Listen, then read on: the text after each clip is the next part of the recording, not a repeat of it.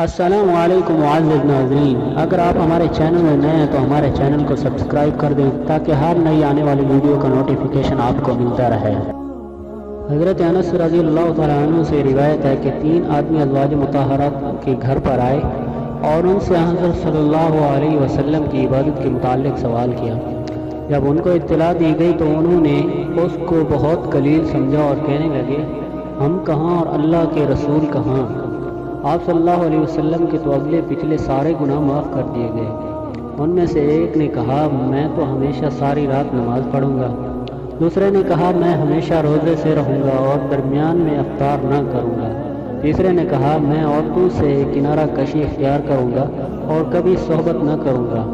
حضرت صلی اللہ علیہ وسلم ان کے پاس تشریف لے گئے اور فرمایا، تم وہ لوگ ہو جنہوں نے اس طرح کہا۔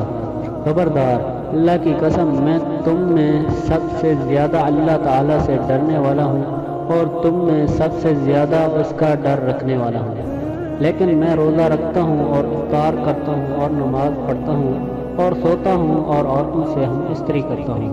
بس جس نے میری سنت سے اعراض کیا وہ مجھ میں سے نہیں ہے۔